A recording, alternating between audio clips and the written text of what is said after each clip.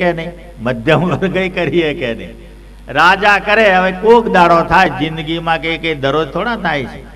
એટલે દરરોજ જે પીતો હોય એની નિવૃત્તિને માટે આવા શાસ્ત્રમાં ક્યાંક વિધાન લખ્યા હોય. મહારાજ કે એ આપણા માટે નથી. દારૂ, માટી, માંસ, આ બધા જે પદાર્થ મહાપાપની અંદર એની ગણતરી છે. એટલા માટે ક્યારે પણ મહારાજ કે છે ખાવાની, આ એમાં શું, આ ઈંડા બીંડા એ બધા એમાં જ આવે. એમ કે કોઈ બી વસ્તુ એને કોઈ માણસ એમ કે એમાં જીવ નથી, એમ નથી, તેમ નથી, એ કંઈ નહીં, ચાલે જ નહીં. એમ એ પદાર્થ શું છે એના ઉપર જ તમને ખ્યાલ આવે કે ખવાય નહીં. એવું નથી, આપણને ખ્યાલ એવો થોડો છે. એટલા માટે માંસ એ દાન ધર્મને વિશે ભીષ્મ પિતામાં પણ કહ્યું છે. વાલખલ્ય આદિ સપ્ત ઋષિઓએ પણ આનો નિષેધ કર્યો છે. મદ્ય, માંસ અને સુરા ત્રણેયનો નિષેધ કર્યો છે. કારણ કે જેને ઉર્ધ્વ ગતિ પામવાની છે, યજ્ઞ કરીને શું કરવાનું છે? યજ્ઞ નારાયણને પ્રસન્ન કરવા. પહેલા તો યજ્ઞમાં આહુતિઓ લેવા દેવો સ્વયં આવતા. યજ્ઞ સ્વરૂપ ભગવાન પ્રગટ થતા.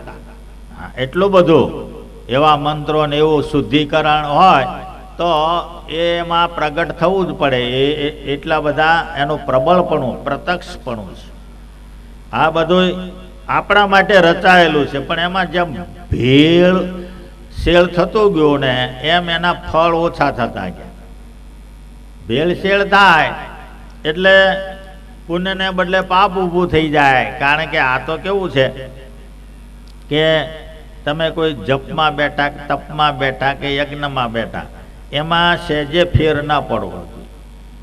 એમ નાવાની ક્રિયાથી આરંભીને પદાર્થ જે લાવ્યા એનું શુદ્ધિકરણથી આરંભીને તમારે યજ્ઞ કરવો છે, સોનાની કોશથી હળથી ખેતી કરવાની. હવે એમાં જે તમે બ્રાહ્મણો નિમ્યા, એ બ્રાહ્મણો પવિત્ર છે કે નહીં, પરંપરા એની પેઢી, તારે એની ખાતરી માટે સોમવલ્લી પાન એને કરાવવાનું. જે હવે પતી જાય તો હાચો, લાકડા ભેગો થાય ખોટો. લ્યો હવે આ એનું પાછું આવું બધું, હવે એ ક્યાં મેળ બે? એમ તો એ બધા સાધનો પૂરા જો હોય તો એ પુણ્યને એટલે એને પ્રત્યક્ષીકરણને પામી શકે. આપણે બહુ ભજન મહારાજનું કરીએ, મહારાજની આજ્ઞા પાળીએ તો મહારાજની ઝાંખી ઈચ્છે તો થાય. એમાં કંઈ બેમત નથી. મહારાજ ઘણાને વાતો કરતા, દર્શન કરતા, દર્શન આપતા, કાંઈ ગોપાળાન સ્વામી પૂજા કરે, મહારાજ દરરોજ પ્રત્યક્ષ આવતા અને અંગીકાર કરતા. એમ એ તો આપણા હાથની વાત છે. આપણે ચાહે તે કરી શકીએ. બહુ જીવાત્મા બળવાન છે, એની પાસે અગૂઢ શક્તિ છે. એવું નથી. જબરજસ્ત પૃથ્વી ઉપર તમે જુઓ ને, તપ કરી કરીને કેટલું પામ્યા છે. કેટલી શક્તિ, ઐશ્વર્ય, ગ્રહોને બાંધે, દેવતાઓને બાંધે, અહીં રહીને સ્વર્ગના રાજ્ય કરે. તમે જુઓ, અહીંથી સ્વર્ગમાં જાય ને આવે આના દેહે. કેટલી મોટી વાત, કેટલી મોટી સિદ્ધિઓ એ ક્યાંથી આવી છે જ બધું. જીવ ચાહે તે કરે. એટલા માટે પરાશર મુનિએ પણ સુરા, માંસ અને દારૂનો નિષેધ કર્યો છે. શુક્રાચાર્ય બહુ દારૂ પીતા. એ અસુરોના ગુરુ હતા. પણ એના જીવનની અંદર એને એવો અનુભવ થયો કે એને પછી દારૂને માટે આખી સ્મૃતિ રચી. એની અંદર એટલો બધો નિષેધ કર્યો શુક્ર સ્મૃતિની અંદર કે કેડથી નીચાલા ભાગમાં દારૂનો છાંટો અડી જાય તો ઉપવાસ કરવો અને સ્નાન કરવું. કેડથી ઉપલા ભાગમાં દારૂનો છાંટો અડી જાય 3 ઉપવાસ કરવા અને સ્નાન કરવું. પીવાની તો વાત એક બાજુ જ રહી. આટલો બધો એમણે જાતે જાત અનુભવ થયા પછી સ્મૃતિની રચના કરી શુક્રાચાર્ય. આ બહુ ખોટું છે એમ એમણે અનુભવ્યું. ભયંકર ખોટું છે એવું અનુભવ્યું. એટલે શ્રીજી મહારાજ તો અહીં ખાલી વાત કહે છે આપણે, ભાઈ આ નહીં કરતા, આ નહીં કરતા, બીજું નહીં બતાવ્યું. એની પાછળના જે ભયંકર પરિણામો છે એ બીજા શાસ્ત્રોની અંદર એનું સ્પષ્ટીકરણ. હવે 16મા શ્લોકમાં આપણને મહારાજ કહે છે, અકાર્યાચરણે ક્વાપી જાતે સ્વસ્ય પરસ્ય વા અંગચ્છેદો ન કર્તવ્ય શસ્ત્રાદૈશ્ય કૃદાપી. માણસથી કદાચ અયોગ્યાચરણ થયું તો શસ્ત્રાદિકે કરીને અંગછેદનાદિક ક્રિયા નહીં કરવી. હાથ કાપે, પગ કાપે, નાક કાપે, એવું કાન કાપે, એમ એ ના પાડે શાસ્ત્રકારો. એનું પ્રાયશ્ચિત કરવું એ જરૂરી છે. અંગછેદનાદિક જે ઈશ્વરે આપેલા જે અવયવો શરીરમાં એ બહુ કિંમતી છે અને એનો નાશ ક્યારે પણ કરવો નહીં. જાણી જોઈને થાય ને પછી ક્રોધથી થાય એટલે એ ના પાડે છે. અંગછેદનાદિક જે ક્રિયાઓ છે એ ક્રોધ આવે, ભગવાનના ભક્તને ક્રોધ વર્જે છે. અંગછેદન એમ નામ થોડું થાય છે. એ શાસ્ત્રમાં બ્રહ્મહત્યા, સુરાપાન, સુવર્ણ ચોરી, ગુરુ સ્ત્રી ગમન, આ બધા મહાપાપોમાં એની ગણતરી આવે. આ બહુ આગલા બધા શ્લોકો છે ને બહુ મોટા મોટા છે. જીવનની અંદર કાયમ સ્પર્શતા શ્લોકો મહારાજે પહેલા મૂક્યા માણસના માળખામાં માણસને લાવવા માટે. આ બધી વસ્તુ ના કરીએ એટલે દેવ જેવો દેખાય ઓટોમેટિક એમ. એનામાં કોઈ ક્રિયા નથી માંસ ખાતો, દારૂ પીતો, સુરા પીતો, નથી યજ્ઞાવશિષ્ટ માંસના પ્રસાદ લેતા. યજ્ઞ કરે એટલા માટે મહારાજે પહેલા યજ્ઞ કર્યા ને, યજ્ઞની રીત આખી ઊભી કરી, ભાઈ આમ યજ્ઞ થાય એમ. હિંસાથી યજ્ઞ નહીં કરવાનો, ના પાડી. આ રીતે યજ્ઞ થાય. અજ એટલે બકરો. અજનો અર્થ તો કેટલાય સંસ્કૃતમાં થાય છે. અજ એટલે બ્રહ્માય થાય છે. અજ એટલે 3 વર્ષની જૂની ડાંગર, એને અજ કહેવામાં આવે કે ન જાય તે અજ, જે ઉગે નહીં. તમે વાવો ને તો 3 વર્ષની જૂની ડાંગર ઉગે નહીં. એમાં બીજાંકુર બી નાશ થઈ જાય એવી ડાંગરને હોમવાની. અજે ને અજે એમ. જો બીજાંકુર હોય તોય નહીં એમ. આટલો બધો એનો નિષેધ છે. જે અને આપણામાં જ આ બધાનો નિષેધ છે એવું નહીં, તમામ ધર્મોમાં. તમે બાઇબલ વાંચો, પુરાણ વાંચો કે જૈનના શાસ્ત્રો હોય, કોઈ બી હોય, શિવ પંથના હોય, કોઈ પણ હોય, મહાપુરાણો 18 છે, ઉપપુરાણો 18 છે ઋષિઓએ બનાવેલા. એમાં તમે જુઓ તોય પણ એ વાત એ આવશે જ.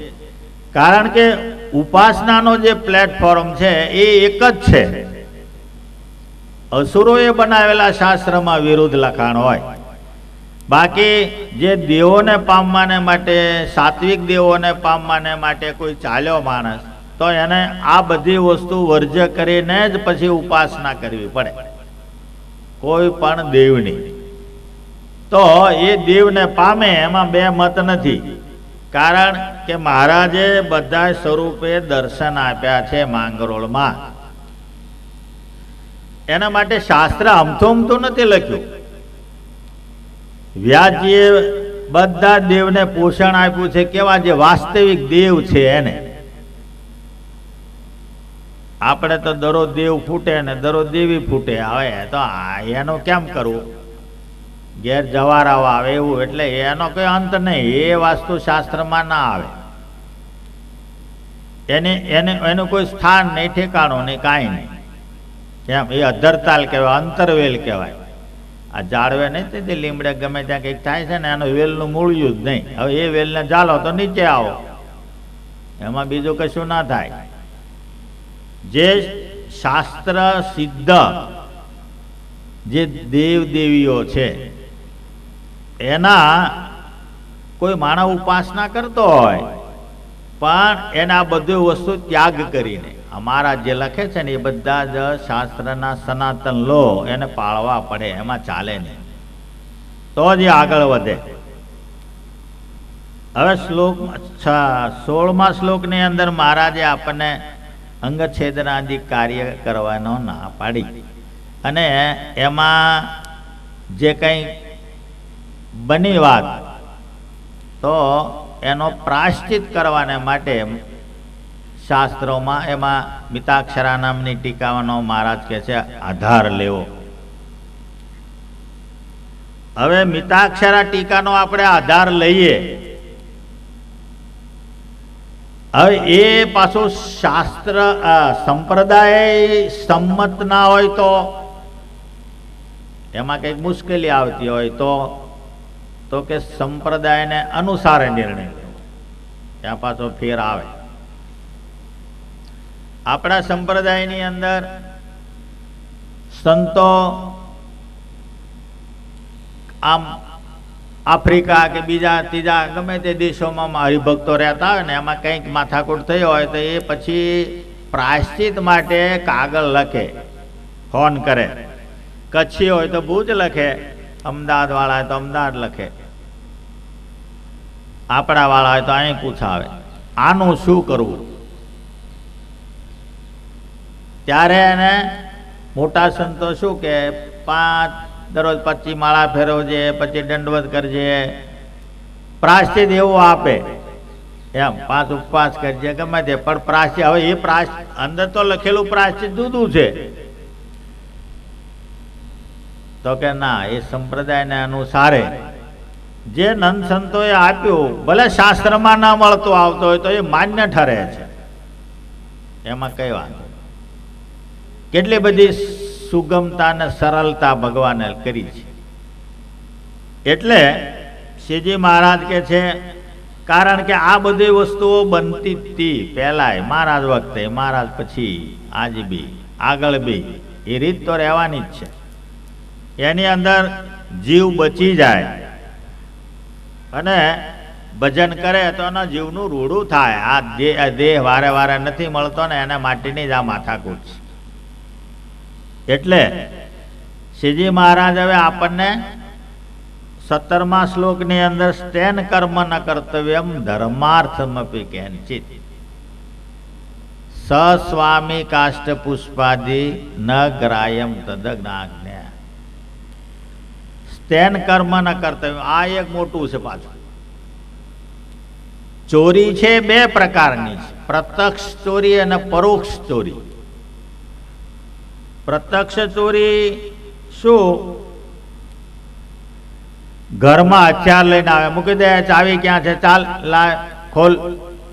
હવે હથિયાર આપણે જોઈએ એટલે મરવાની બી કે ચાવી આપી જ દઈએ. એટલે ઓલા લોકો શું કહે, ભાઈ એને આપ્યો ને અમે લીધું ને અમે કઈ ચોરી કરી છે? તો કે ના, એમ નહીં, એને આપ્યું એને એમ નામ નથી આલ્યું, તને બામણ જાણીને. એમ તને બામણ જાણી નહીં આલ્યું ભાઈ. એટલે એ પ્રત્યક્ષ ચોરી.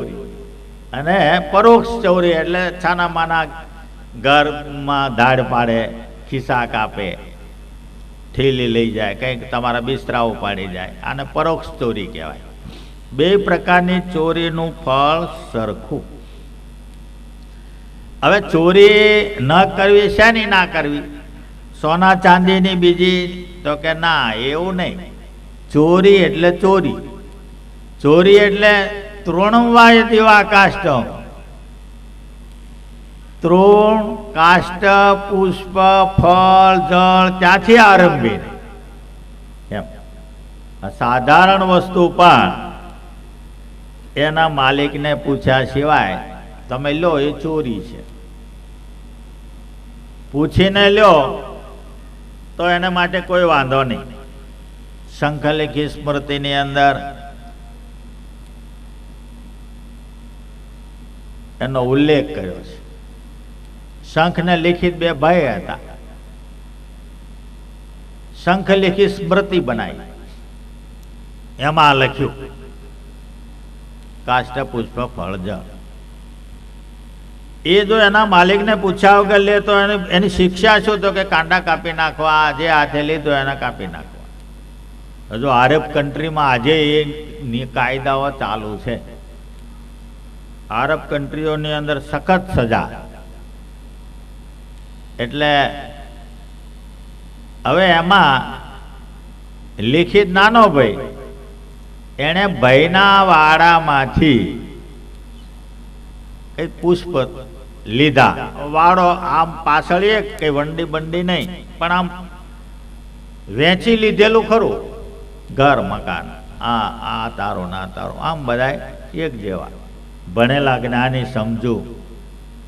પહેલા તો ઋષિઓ બધા સંસારી હતા ને, ઋષિ કહેવાય સંસારી બધા. એટલે પછી એને એમ થયું આ સ્મૃતિ તો આપણે રચી અને આનો ભંગ જો આપણે જ કરીએ તો પછી કોઈ આગળ જતા માનશે કોણ?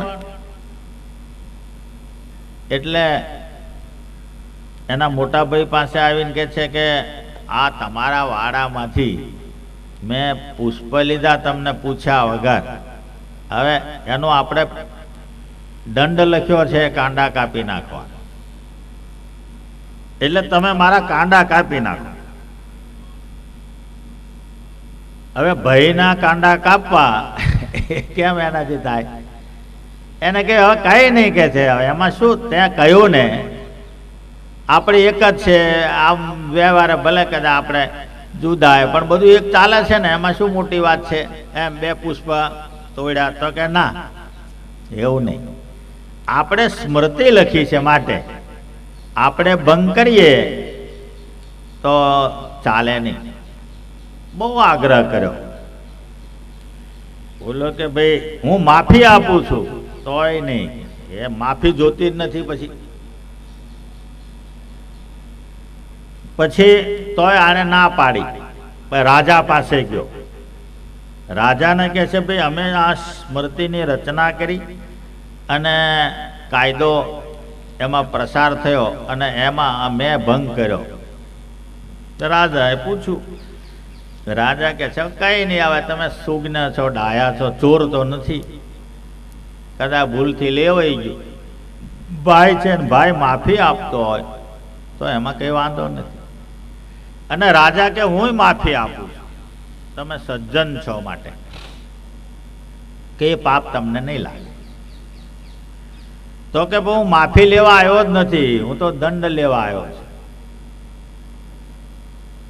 બહુ આગ્રહ કર્યો. રાજાએ હુકમ કર્યો, કાંડા કાપી નાખ્યા. મોટા ભાઈને બતાવવા ગયા, જો અમે શિક્ષા લીધી.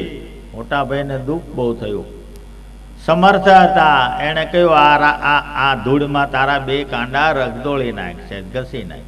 એ હતા એવા ને એવા પાછા થઈ ગયા. તો બધા સમર્થ હતા. કહેવાનું શું છે કે ચોરીનું જે કર્મ તૃણવાય દેવા કાંઈ હોનું ચાંદી તો ખરું, પણ આ તો નાનામાં નાની ચીજ. પ્રતિદિન આપણે એવી ટેવ છે, હે આપણે પૂછ્યા વગર જે લેવું ને એ ટેવ છે.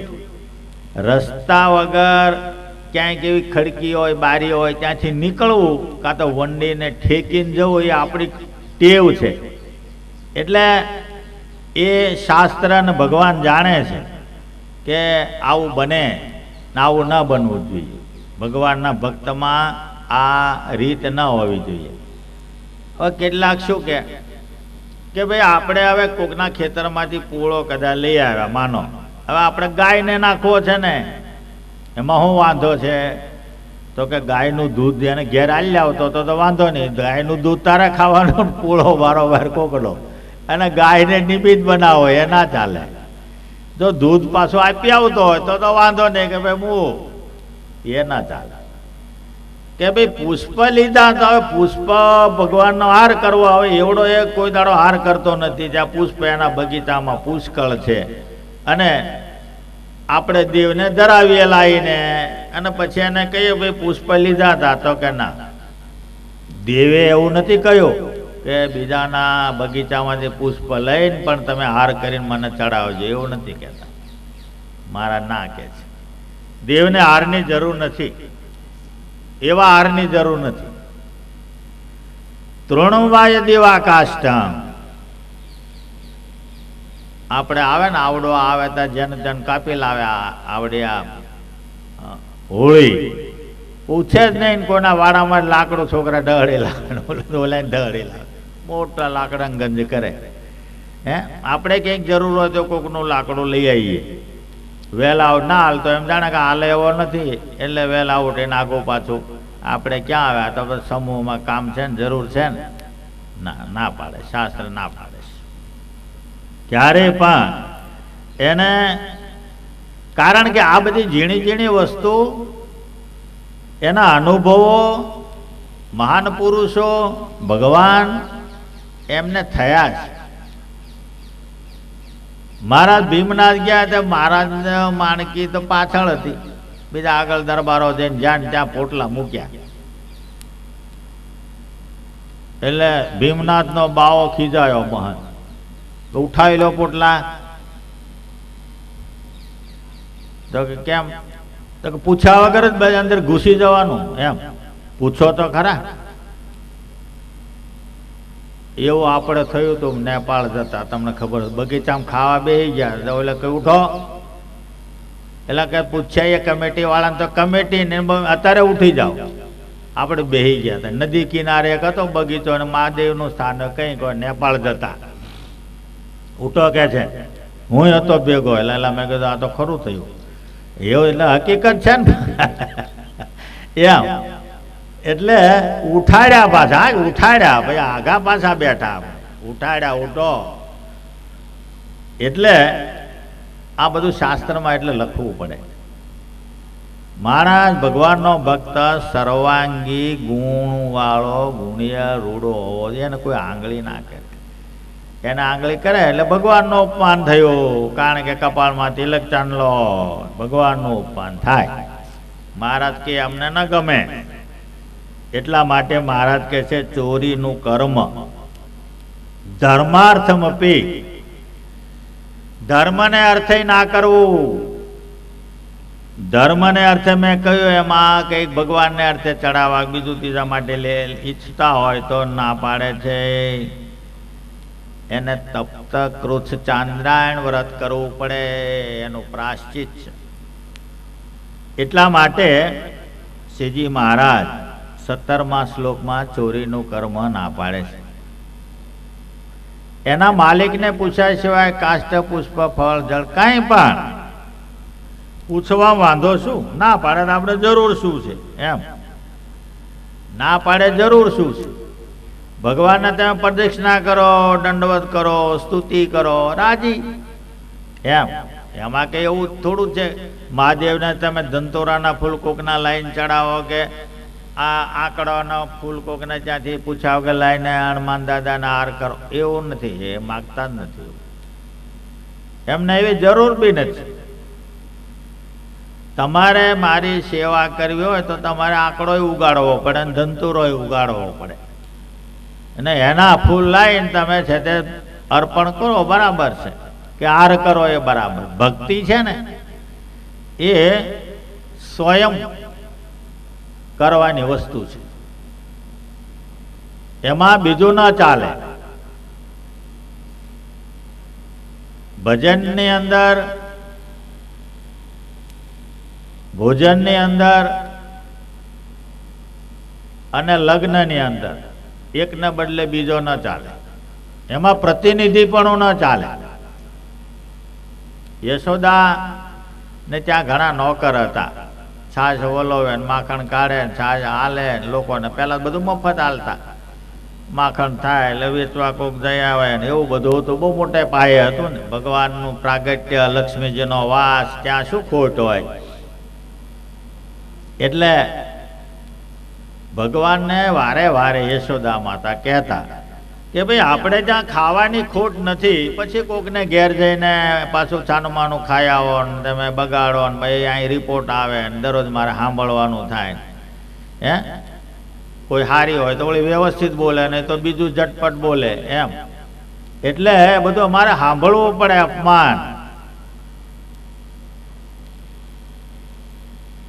તોય પણ કૃષ્ણ જતા. પછી એને એવો ખ્યાલ આવ્યો કે જાય છે કેમ બીજે, ત્યારે કે છે ત્યાં ગોપીઓ દહીં વલોવતી હોય, માખણ કાઢતી હોય, માખણ છીકામાં મૂકતી હોય કે વેચવા જતી હોય, ત્યારે એ કૃષ્ણને સંભાળ્યા કરે છે અને જાતે કરે છે. આ પ્રતિનિધિપણું નથી,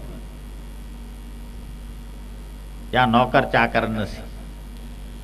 એટલે ભગવાન પરાણે ત્યાં માગીને ખાય, ના લે તો ગમે છાના માના લઈ લે, ડોળી નાખે, ગમે તે કરે, ત્યાં જઈને લીલા કરે. પછી યશોદાએ જાતે વલોણું કરવાનું શરૂ કર્યું. ત્યારથી આરંભીને શ્રી કૃષ્ણ ભગવાન પછી બીજે માખણ ખાવા ગયા નથી, એમ શાસ્ત્રનો મત છે. યશોદાને ખ્યાલ આવી ગયો, ભક્તિ એમ ન થાય, સ્વયં કરવું પડે. આપણે મંદિરમાં જઈએ ત્યારે પ્રતિનિધિપણું કરીએ, ત્યાં ઊભા ઊભા હવે ઘણા ટેવ હોય છે, એ ના કરે કશું, આમ કરો આમ કરો આમ કરો, આમ લઈ આવો આમ લઈ આવો આમ લઈ આવો, એવડો ના આડે. એ ઘણાની એવી ટેવ હોય છે. મંદિરમાં ઓર્ડર ફેંકાય નહીં, બધા હરખા, જ્યાં આપણે બધા મને જાતે જ કરવું પડે. પરમાત્માને ત્યાં ભક્તિ છે. મારાથી ન થાય, ખારા કપડાં પહેર્યા છે દંડવત ના થાય, કે હું બહુ મોટો છું તો મારાથી આમ ના થાય, એ ત્યાં ચાલે નહીં. ત્યાં રંક ને રાજા બે હરખા, 5 વર્ષનું બાળક ને 80 વર્ષના ડોહા બે હરખા, ત્યાં કશું નહીં. મુક્ત આવ્યા હોય તોય ત્યાં હરખા બધા, ત્યાં કોઈ નહીં, કાંઈ નહીં. ભગવાનનું સાનિધ્યપણું છે. માટે બને એટલું કરીએ તો માળા ફેરી આપણું શરીરના કામ કરતું હોય તો એમ. ત્યાં તમારા અહમ ગવાય તો અધોગતિ થાય. ત્યાં તો દાસના દાસ થઈને રહેવાની શાસ્ત્રની આજ્ઞા છે. દાસના દાસ થાય ને એ જીતે, એ બહુ માલ મેળવે, બહુ માલ મેળવે. કારણ ખાંડનું ગાડું ગુણો ભરીને માણસ જતો હોય, એના કોથળામાંથી ખાંડ વેરાતી જાય રસ્તામાં, એ કોણ ખાય? ત્યાંથી ઊંટિયા નીકળ્યા, ગધેડા નીકળ્યા, હાથી નીકળ્યા, ઘોડા નીકળ્યા, પાડા નીકળ્યા. એ વેરાયેલી ખાંડ એ કોઈ ખાઈ શક્યા નહીં. કીડીઓ નીકળે ને એને પેટ ભરીને બરાબર ઝપટું, મજા પડી ગઈ ખરો. નાનામાં નાનો માણસ જે લાભ લઈ શકે, કીડીઓ થઈને જાય ને તો આ સત્સંગમાં એને લાભનો પાર નહીં. ગળ્યું ગળ્યું ગળ્યું, એમાં મજા દે. કારણ કે આપણે જે ઉપાર્જન કરીએ છીએ ને એ એડવર્ટાઇઝ માટે નથી. આપણે જે ભક્તિને ગુપ્ત રાખવાનો શાસ્ત્રનો મત છે. કેટલા ટેવ, બહાર માળા ફેરવો છો, માળા ફેરવો છો, 4 વાગે ઉઠું છો, આમ કરું છું, બીજા ત્રીજા પાંચ ગપ્પા માર્યા કરે, આટલું વાંચું છું, આટલું આમ કરું છું, આટલા પાઠ કર્યા, આટલી પારાયણ કરી, એવી ઘણાની એવી ટેવો એડવર્ટાઇઝ એ શાસ્ત્ર ના પાડે છે. ભક્તિ છે ને ગુપ્ત છે. પુણ્ય તમારું ઓછું થતું જાય અને એમાં ભેગ ભળતો જાય જુદો. બીજો પાછો લાંબી વાત કરે ને એટલે એમાં વળી પાછું કશું ભેળ્યું બીજું ત્રીજું બોલે. જીવની પ્રકૃતિઓ છે ને, સારું બોલે નકામું બોલે. એ ધંધો કરીને આપણે શું કામ? એમ આપણે ક્યાં કોઈની પાસે નોબેલ પ્રાઇઝ લેવું છે? મહારાજને રાજી કરવાના, સંતને રાજી કરવાના, એ કર્યા કરવાનું એ રીત. એટલે ભક્તિ છે એ ગુપ્ત છે. આ લોકો ખૂણે ને ખાંચકે તપમાન ત્યાગમાન જતા રહેતા ઋષિ મુનિઓ ધ્યાનમાન, કેમ? એને લઈને 100% પુણ્ય મળે. ઘણા બધા ભક્તો વહેલા ઉઠીને માળા પ્રદક્ષિણા કરતા, આપણને તે વખતે આપણે સૂતા હોઈએ, આપણે જાગીને પરવારીએ ને ત્યાં ઓલો બધું પરવારી ગયો હોય.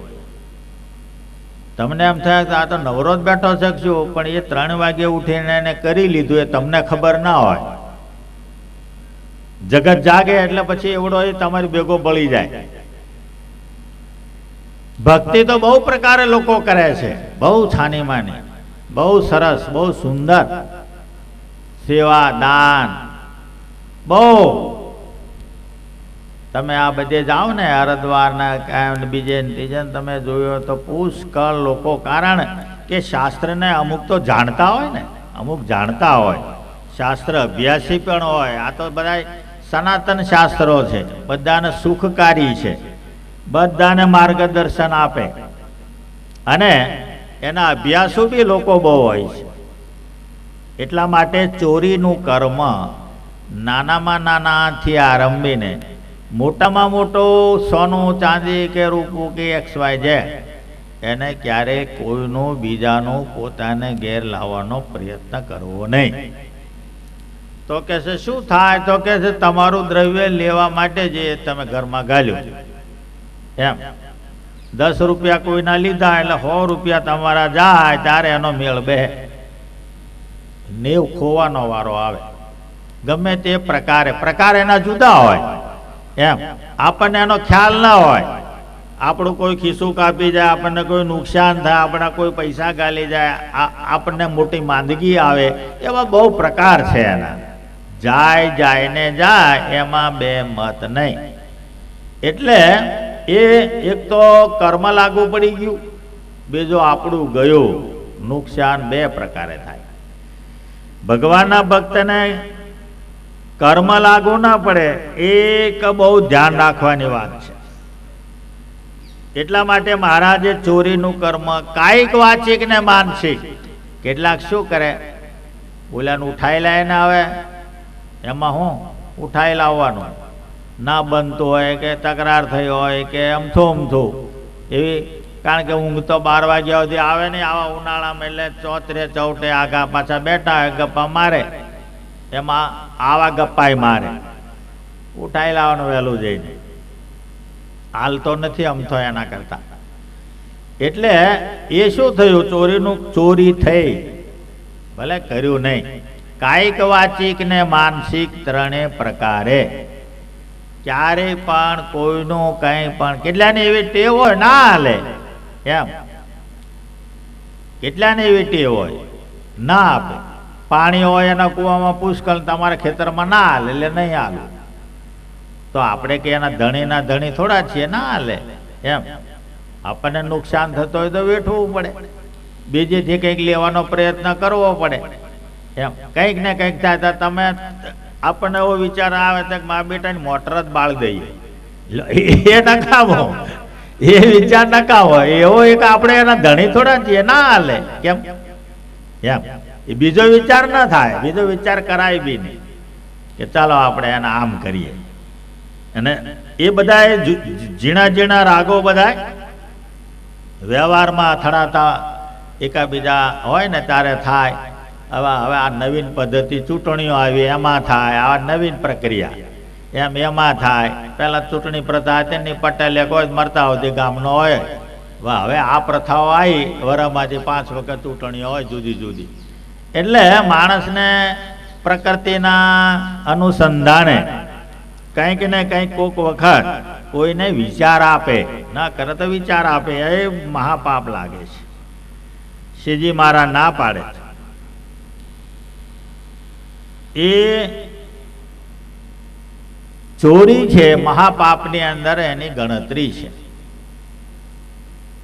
અને એનું જે પ્રાયશ્ચિત છે, આ જે મહાપાપોનું, એ પ્રાયશ્ચિત બહુ કઠણ છે. અને એ તમે કદાચ એના પ્રાયશ્ચિતો મોટા હોય, એને સંતો એને કદાચ હળવા કરે તો પણ એ બી થોડું ઘણું કઠણ આજે આપણને પડે એવું થાય. એમ તપ્ત કરત ચાંદ્રાયણ વ્રત, પીપીલિકા વ્રત, પીપીલિકા ચાંદ્રાયણ વ્રત, આવા બધા જે બધા છે ને, જવ ચાંદ્રાયણ વ્રત, આ બધા ક્યાંક કોક કરવાનું કે તો એ અત્યારે આપણને કઠણ પડે. એમ એ બધા વ્રતો. એટલે શ્રીજી મહારાજે કહ્યું કે આપણે કોઈનું લેવું નહીં, કોઈનું લેવાનો વિચાર કરવો નહીં, કોઈને અનુમોદન આપવું નહીં. એનો ધણી, એનો માલિક જે તે હોય એને પૂછ્યા વગર કાંઈ નહીં. હવે શ્રીજી મહારાજ 18મા શ્લોકની અંદર વ્યભિચારોના કર્તવ્યો પુંભી સ્ત્રીભિશ્ચ માંસિતૈ દુત્યાદે વ્યસનમ ત્યાજ્યમ નાદ્યમ ભંગાદિમાદકમ. શ્રીજી મહારાજ સ્વ આશ્રિત જનોના પ્રત્યે વ્યભિચારાદિક જે ક્રિયા છે એને મોટા પાપની અંદર ગણતરી કરેલી છે. મોટા પાપની અંદર ગણતરી કરેલી છે એટલે સ્ત્રીએ પાપ કર્યું હોય તો પુરુષનું લોખંડનું પૂતળું બનાવી લાલ ચોળ કરીને એને ભેટાવાર આવે. યમપુરીની વાત આ એનો વારે વારે. પુરુષે પાપ કર્યો હોય તો સ્ત્રીનું પૂતળું કરીને યમપુરીમાં લાલ ચોળ ગરમ. જીભે કરીને કાંઈ પણ આ પાપો થયા હોય તો એના જીભ ઉપર અગ્નિદાહ દે. અગ્નિદાહ દે એટલે માણસ મરે. એક યા બીજી રીતે લોખંડના પૂતળા બાદ ભરે માણસ મરે. મરે જીવતો કરે પાછો બાદ. એ તો કેટલા વર્ષો ચાલે એનો ઉલ્લેખ નથી, પણ આવું વારે વારે એવું લખ્યું છે. નરકના કુંડોમાં આ બધાની ગણતરી છે, કોને ક્યાં શામાં જવું પડે. એટલે શંખલેખિત અંગીરા આ બધા જે ઋષિ મુનિઓ છે, દેવલ ઋષિ, મનુ, યાજ્ઞવલ્ક્ય, એ હવે પહેલા ઇન્દ્ર, બીજા બધા ઘણા બધા રાજાઓ જે થયા એમાં જેણે જેણે ભૂલ કરી, અહલ્યા પથ્થર જ થઈ ગઈ હતી. એ તો રામચંદ્રજી પ્રભુએ સ્પર્શ કરીને એના અસલ સ્વરૂપમાં લાવ્યા. એમ ઇન્દ્રાસ્પદ ઉપરથી ભ્રષ્ટ થઈ ગયો અને હજારો ભગ શરીરમાં થયા અને નલિની વનમાં, નળીની કમળના નાળમાં એ વર્ષો સુધી રહ્યા. ઇન્દ્રાસ્પદ ખાલી પડ્યો, નહુષને ઇન્દ્ર બનાવ્યો. હવે નહુષને ઇન્દ્ર બનાવ્યો એટલે ઇન્દ્રાસ્પદ ઉપર ઇન્દ્ર બદલાય પણ ઇન્દ્રાણી ન બદલાય એવો નિયમ છે. એટલે નહુષ રાજા ઇન્દ્રાણીને કહે છે કે હવે તું મારી હારે લગ્ન કર. હવે ઇન્દ્ર તો હું થયો, બોલો કે ભાઈ પતિ હજુ મારો જીવતો છે, આ તો વચ્ચે માથાકૂટ થઈ. એટલે છતાં એવા આની પાસે તો સત્તા બત્તા બીજું ત્રીજું, એટલે વારે વારે માથાકૂટ કરી. એટલે બૃહસ્પતિને ઇન્દ્રાણીએ કહ્યું કે ભાઈ આ આવું છે, આનો રસ્તો શું? એટલે ઋષિએ કહ્યું કે એને કહેજો નવા વાહન ઉપર બેહીને આવે, લગ્ન કરવા વાંધો નહીં. એટલે નહુષ રાજાને વાત કરી, ભાઈ આવું તો કે કઈ વાંધો નહીં. નહુષ રાજાએ વાત કરી કે નવા વાહન ઉપર ઇન્દ્રાણી કે આવજો બે જામધૂમથી. નવો વાહન કોને કહેવું? એ રાતે હૂતો ગોખે. ઘોડા ગાડીને કેવી કોને કહેવો? નવો ઘોડો, હાથી, બળદગાડું, કોઈ તો બધા બેઠેલા જ છે બધા. એમાં નવું કોને કહેવું? જેના ઉપર કોઈ બેઠો જ ના હોય એવું નવું. બહુ વિચાર કર્યો આ નવું કોને કહેવું? એમાં એને એક વિચાર એવો આવ્યો કે ઋષિ મુનિઓએ કોઈની પાલખી ઉપાડી નથી, આ નવું વાહન ખરું. બાકી બધે ચારે બાજુ ભોય લોકોએ ઉપાડીને બધાએ ઉપાડી છે, પણ આ લોકો ક્યારેય પાલખી ઉપાડી જોત્યા નથી પાલકીએ. એટલે ઋષિઓને ભેગા કર્યા, મારે આ રીતે જવું છે, માટે મારી પાલખી ઉપાડવાનો બંદોબસ્ત કરો. ઋષિઓ કે આ તો ભારે કરી એમ આપણે બિહાર્યો છે, હવે આનો બીજો કોઈ રસ્તો નથી. કે હારું ભાઈ. એટલે ત્રણ બાજુ ત્રણ ઋષિઓ અને ચોથી તરફ અગસ્ત્ય ઋષિ, આ મોટા મોટા ઋષિઓને લીધા. આ ભાઈ અંદર બેઠા અને વરઘોડો ચાલ્યો. હવે ઋષિ તો બિચારા એક તો તરફ વ્રત કરીને શરીર કૂચ, એમાં કીડી મકોડી કંઈક રસ્તામાં આવી પાછા જોતા જાય, આગો પાછો પગ પડે, ધીમા ચાલે. અને આને ઉતાવળ બહુ લગનની, એટલે અગસ્ત્યને પાટું માર્યું અંદર લાંબો પગ કરીને કે સર્પ સર્પ સંસ્કૃતમાં, દેવો સંસ્કૃતમાં બોલે, જલ્દી ચાલો એમ, એનો અર્થ એવો થાય સર્પ સર્પ. એટલે ઋષિ કે છે અગસ્ત્ય, પાલખીમાં બેઠો બેઠો તારું વજન કેટલું? અમે કોઠા બોરા ખાઈએ, કીડી મકોડી અમારે જોવી પડે, 5 મિનિટ વાર લાગે, 10 મિનિટ કે કલાક તો એમાં તું શું મરી જાશો? એમાં પાછો પાટું મારીને અમને સર્પ સર્પ કહે છે, માટે તું સર્પ થા ને? હાય મોટો જબરો 8 ફૂટનો લાંબો તરત સર્પયોનીમાં તરત જ, અને પાલખીમાંથી પડ્યો નીચે. બહુ પ્રાર્થના કરી, બહુ મોટી ભૂલ થઈ ગઈ. અગસ્ત્ય કે હવે બીજો એનો કોઈ રસ્તો નહીં ભાઈ, તારે પેલો ખ્યાલ રાખવો જોઈએ, હવે કાંઈ નહીં.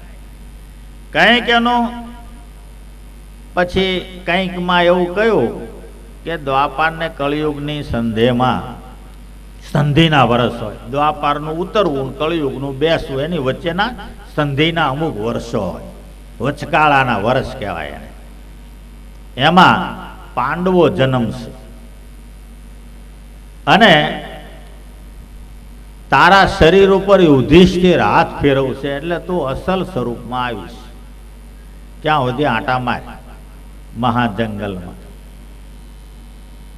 હવે કે એ મને શું ખબર પડે કે કોણ યુધિષ્ઠિર છે ને કોણ પાંડવો છે, અને એ મહાજંગલમાં ક્યારે મને શું સમજણ પડે? એટલે એને 108 પ્રશ્નો આપ્યા. એમાં 8 પ્રશ્નો તાત્કાલિક પૂછવાના આપ્યા કે આ 8 પ્રશ્ન તારે પૂછવા, અને એનો ઉત્તર ફટફટ આપે એટલે સમજો કે ધર્મરાજા છે. એ ધર્મરાજાનો એને મેળાપ થયો, કારણ કે આ ભીમ કઈક ગયો છે રખડતો કે કશુંક લેવા ગયો હોય ગમે તે, એમાં આ સરપ વીટાઈ વળ્યો એને. એટલે હવે ભીમને તો ગણતરી નહીં હાપોલ્યાની, એટલે એને એમ કે ભલે ને વીટાતો, એટલે પછી સેજ જોર કર્યું તોય કશું હલ્યું નહીં, વધારે જોર કર્યું તોય હલ્યું નહીં, પોતાની તાકાત પૂરી વાપરી તોય હલ્યું નહીં. એટલે આ સાપ નો ગમે તે કંઈક બીજું લાગે છે. એટલે તે વખતે 5 ભાઈઓને વનમાં ક્યાંય પણ ફરતા કોઈને આપત્તિ આવે તો ધર્મરાજાને અપશુકન થાય. એટલે ડાબી આંખ ફરકે એવા અપશુકનો થાય, એ જાણી રાખ્યા હોય એમણે. ધર્મરાજાને અપશુકન થયા, એમને જાણ્યું ભાઈ કોણ નથી આપણામાંથી, તો કે ભાઈ ભીમભાઈ નથી. તો કે એને કઈ આપત્તિ આવી કે કઈ દિશામાં ગયા? તો કે આ દિશામાં ગયા. હવે ભીમ તો જ્યાં ચાલે ત્યાં રસ્તો અમથો થઈ જાય, કારણ કે ઝાડવો આડો આવતો તે ફરી ન જાય, એ પાડીને જાય, એટલે ખબર પડે કે અહીંથી ગયો છે. એટલે એ રસ્તે ગયા, ત્યાં તો હાફ વીટેલો ને આવું બધું થયું. પછી એમને પૂછ્યું ભાઈ તમે કોણ? તો કે હું યુધિષ્ઠિર છું, આ મારો ભાઈ છે ભીમ. હે કેટલા ભાઈ? તો અમે 5 ભાઈના વનમાં આ રીતે અમે નીકળ્યા છે. એટલે ધર્મરાજા કે છે વાત સાચી છે, મારા તમે પ્રશ્નના જવાબ આપો તો હું ભીમને છૂટો કરું. એટલે ધર્મરાજા કે છે ભાઈ બોલ. એટલે એને જે 8 પ્રશ્નો પહેલા આપેલા એના એમણે તરત જવાબ આપ્યા કે ભાઈ વેગથી વૃદ્ધિ કોણ પામે? તો કે નદી. ઊંઘે ને આંખ કોણ ઉગાડી રાખે? તો કે પાણીમાં માછલીઓ. આવા બધા જ પ્રશ્નો એમણે પૂછેલા, એના તરત જવાબ આપ્યા. એટલે પછી કહ્યું કે તમે મારા શરીર ઉપર હાથ ફેરવો. એણે હાથ ફેરવો એટલે અસલ નહુષના રૂપમાં પછી આવ્યા. આપણે શું કહેવાનું છે કે ક્યાં ઇન્દ્રાસ્પદ કેવો વૈભવ, આખો ત્રિલોકીનો રાજા, અને એની સ્થિતિ કેવી થઈ, એ શેને લઈને થઈ એનો ખ્યાલ રાખો. એ મહારાજ કહે છે આપણને કે ક્યારેય પણ આ શ્રીજી મહારાજે એમ કહ્યું કે સમુદ્ર જેટલું દૂધ પીધું છે, હવે એટલો જૂનો છે, ત્યારે એટલા સંસાર કર્યા હશે, ત્યારે એટલો જૂનો છે ને એમ. કારણ કે બધી યોનિઓમાં સંસાર છે. કીડી મકોડી વીછી પશુ પક્ષી તમામને અંદર સંસાર છે. ઝાડવામાં પણ તમે જુઓ તો બધા ઝાડવામાં નર જાતિ અને નારી જાતિ હોય છે. તમે પોપૈયા વાવ્યા હોય તો એમાં જો નર જાતિ નારી જાતિને એને જાણકાર હોય જાણે તો એક જ હોય તો પોપૈયું જ ના આવે એમ. દરેકની અંદર બે હોય છે એમ. સારા એ વિશ્વની અંદર જ્યાં જીવો પડ્યા છે ત્યાં સંસાર છે ને છે એની રીતે છે. પશુઓ પક્ષીઓ બધાયમાં, દેવો બેવો બધાયમાં, કારણ કે માયાવિષ્ટ જે વસ્તુ છે એમાં સંસાર છે. એ સંસાર આ તો આપણને આ માટી લાગે છે, માટી છે, આપણે કહીએ ભાઈ માટી છે ખેતરામાં, પણ એ માટી નથી. એ કરોડો ને અબજો જન્મનો એ બધો વારે વારે ખાઈને ખેતરમાં ગયેલો ખાતર મળ છે. પશુનું ખાતર ને માણાનું ખાતર બધું ભેગું થયું. બધું જ ગટરો ક્યાં જાય, ગટરના પાણીથી બધું પકવે છે. વડોદરા અમદાવાદ બધે જો માઇલો સુધી. એ પાછું તરત માર્કેટમાં વેચાવા આવે શાકભાજી બીજું ત્રીજું, આપણે તરત ખરીદીને તરત શાક વગાડીએ. એનું એ કરોડો જન્મથી આપણે જ ખેતરમાં નાખવા જઈએ, આપણે જ ઉકરડા ઊભા કરીએ છીએ, આપણે જ ખાતર કરીએ છીએ. એનાથી ભરેલું છે સારું. આપણા સંસારથી ઉત્પન્ન થયેલા આ બધા પદાર્થો છે. એટલે મહારાજ કે છે અત્યાર સુધી તમે સગા વાલા કાકા મામા દાદા જે કોઈ હોય તે એનું તમે માનીને ચાલ્યા, સત્ય માનીને ચાલ્યા, તો તમારા હાથમાં અત્યાર સુધી કાંઈ આવ્યું નહીં. ખાખી બંગાળી કાંઈ નહીં. તો મહારાજ કે છે એક વખત અમારું માની જુઓ, એક વખત તો માની જુઓ. આટલા બધા જન્મો તમે જેનું તેનું માન્યું, એક જન્મ અમારું માનો ભલા થઈને, એવું કહ્યું છે. તો તમે જુઓ શું પ્રાપ્તિ થાય છે. એટલા માટે તો દેવો કળિયુગમાં ભગવાનના ભક્તને ત્યાં જન્મ ઈચ્છે છે. ભાગવત વાંચો, બીજા શાસ્ત્રો વાંચો. બ્રહ્માએ સ્તુતિ કરી છે ભગવાનની કે બ્રહ્માસ્પદ ભોગવતા પુણ્ય બાકી રહે ને તો તમે સત્સંગીને ત્યાં કળિયુગમાં જન્મ આપજો. કળિયુગમાં સત્સંગીને ત્યાં જન્મ મળે એવી કેપેસિટી ના હોય તો કે છે કે સત્સંગીને ત્યાં પશુ પક્ષીમાં આપશો ને, વૃક્ષ વેલી ઝાડમાં આપશો ને તો એ ચાલશે, એવું લખ્યું છે. લ્યો, આવો મોટો પદ ઉપર રહેલો પુરુષ એ આવું કેમ માગ્યું? તો કે છે કાયમનું દુઃખ આનાથી જ જાય, કાયમનું સુખ આનાથી જ થાય. સત્સંગીને ત્યાં આવ્યા વગર, સ્વામિનારાયણ ષડાક્ષર મહામંત્ર બોલ્યા વગર, કે એ મંત્ર બોલનારાના જીવોની રજકણ કંઈક ને કંઈક એનો સ્પર્શ કે એના ઉપયોગમાં આવ્યા વગર સુખ નથી. એટલા માટે મોટા મોટા ભગવાને પણ ભક્તોના રજકણ માથે ચડાવ્યા છે. બહુ ઉત્તમ ભગત મહારાજે કેટલાય ભક્તના પગે દાબ્યા છે. ઘણાય આપણે ઘણું વાંચીએ ને ત્યારે આ બધો ખ્યાલ આવે. એવા ઉત્તમ ભક્તો હોય. મારા અતિ દયાળુ. આપણું છોકરું બીમાર પડ્યો તો બાપ દાબે. એનાથી વધારે સંબંધ ભક્ત ભગવાનનો છે. એમ બાપ છોકરાની સેવા કરે. છોકરાને અર્થે શરીરનો ત્યાગ ન કરે. ભગવાન કે હું ભક્તને અર્થે મારા શરીરનો ત્યાગ કરી દેવા અચકાવું નહીં, એવું લખ્યું છે.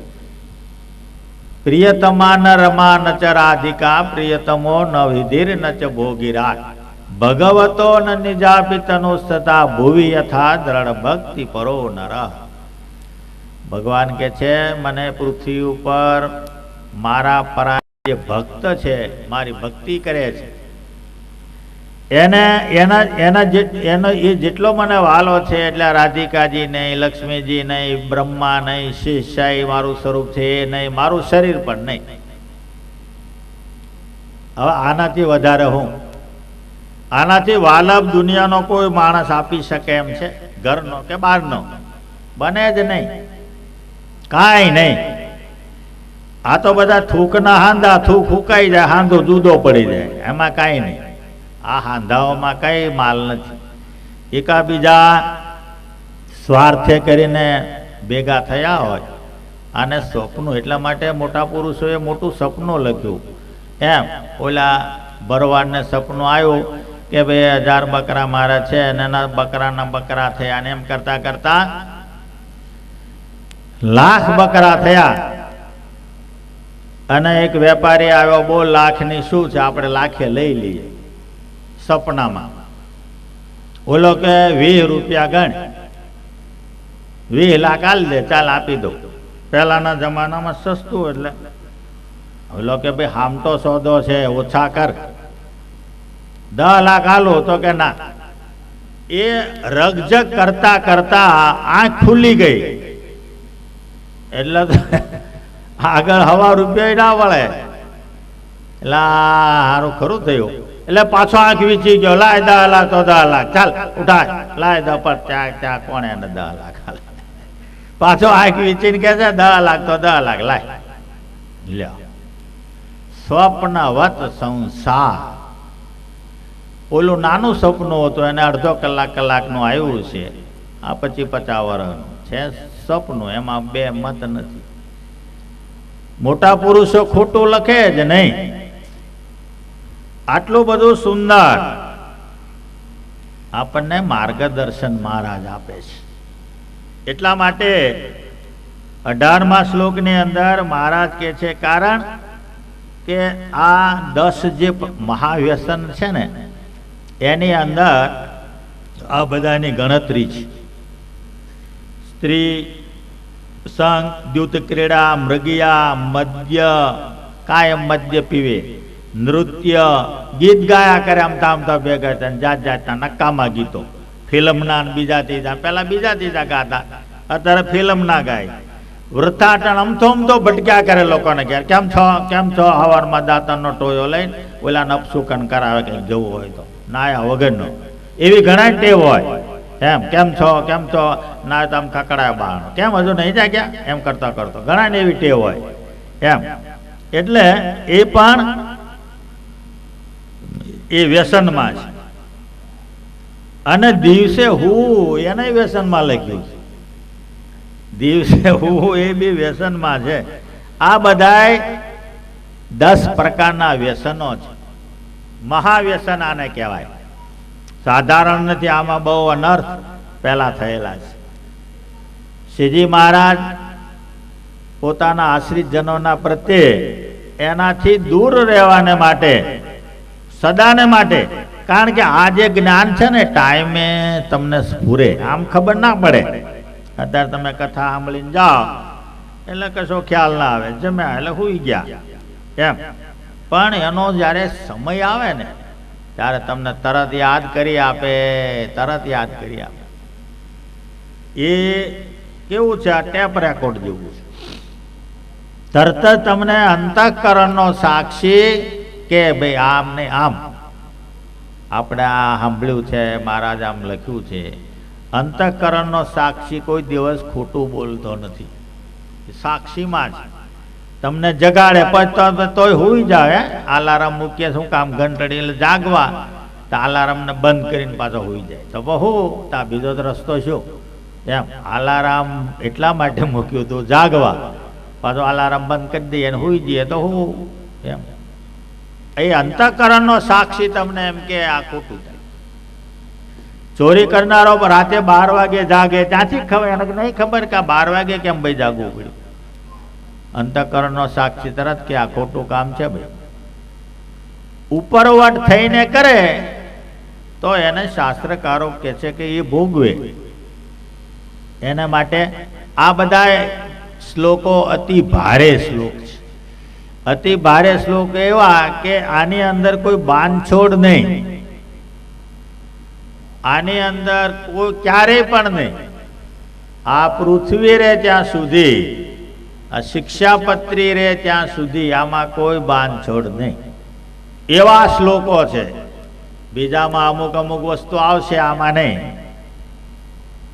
બીજામાં તમને કંઈક છૂટ આપે, આમાં નહીં. મહાપાતકો અને આ જે મહાવ્યસનો, મહાપાપો એ તમામ શાસ્ત્રની અંદર એક જ સરખા છે. એનો જે પાવર છે એ એક જ સરખો, એક જ વાત ઋષિ મુનિઓએ કરી. બહુ વધારે પડતી, બહુ કડક પણ કરી છે. નાશ સિવાય, એના મરણ સિવાય એનું પ્રાયશ્ચિત જ નથી લખતા. હવે મનુષ્ય જન્મ મળ્યા પછી માણસ અમુક જાતનું વિચારે, અમુક જાત સુધી એને બરાબર છે. અત્યારે શું છે, પહેલા તો હવે ચિત્રકેતુ રાજાને કરોડ સ્ત્રીઓ હતી. એક આદિ જમાનામાં આ બધી એ શું છે કે એની ઘેલછા હોય, એનું ગાંડપણ હોય, કે બધી પ્રજાના બધા થઈને ગણતો હોય, ગમે તે હોય, પણ શાસ્ત્ર એમ કે છે એ એના જીવનની અંદર જ્યારે વળાંક આવ્યો, એને ભોગવવાનું જ્યારે થયું, ત્યારે એના ચક્કા તૂટી ગયા. મારોડા તો બહુ ખોટું. તમે જો સોમક રાજાને છોકરો લેવા માટે છોકરાનું બલિદાન કર્યું, પણ એને જ્યારે નરકમાં પડવાનું આવ્યું, જેણે યજ્ઞ પુત્રેષ્ટિ કર્યો અને એ ગુરુ જ્યારે નરકમાં જોયો, ત્યારે એને એમ થઈ ગયું આ શું? તો કે આ વાત તને પુત્ર આપ્યો પુત્રેષ્ટિ યજ્ઞ કરીને, આ એનું ફળ. એટલે શાસ્ત્ર ના પાડે છે બને ત્યાં સુધી ભોગવવાનું થાય એવું કર્મ નહીં કરતા. મહાપાપની અંદર એની ગણતરી થાય છે. એની સાથે સાથે જીવનું કલ્યાણ બગડે છે. મોક્ષ, મનુષ્ય જન્મ મોક્ષાય કલ્પતે, મોક્ષના માટે કલ્પેલો છે. મોક્ષના માટે કલ્પેલો છે એટલે તમે એમાં વ્યવહાર કરો છો. સવારથી સાંજ સુધી વ્યવહાર કરવાની ભગવત આજ્ઞા.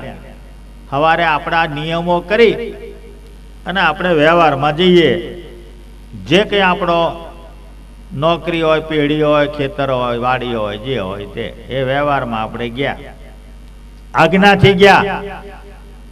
હવે ક્યાં સુધી રહેવાનું? તો કે સાંજ સુધી. સાંજે તો કે પાછો મંદિર પ્રત્યે આવો. મંદિર પ્રત્યે આવીને શું કરું? ઊંચે સ્વરે કરીને નારાયણ ધૂન કરવી. કેમ ઊંચે સ્વરે મનમાં બોલીએ તો કે ના, આખો દિવસ જે તમારું મન હિલોળે ચડ્યું સમુદ્રના મોજાની જેમ, એને શાંત કરવાને માટે પહેલા તો તમારે ઊંચા સ્વરે નારાયણ ધૂન કરવી પડશે. એક એક વસ્તુની પાછળ સારું એ વિજ્ઞાન કામ કરે છે. વિજ્ઞાન